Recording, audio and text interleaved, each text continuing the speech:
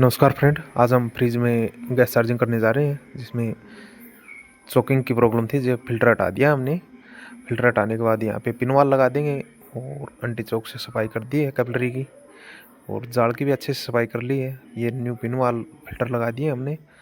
New pin वाल filter लगाने के बाद हम गैस चार्जिंग करते हैं इसमें अच्छे से।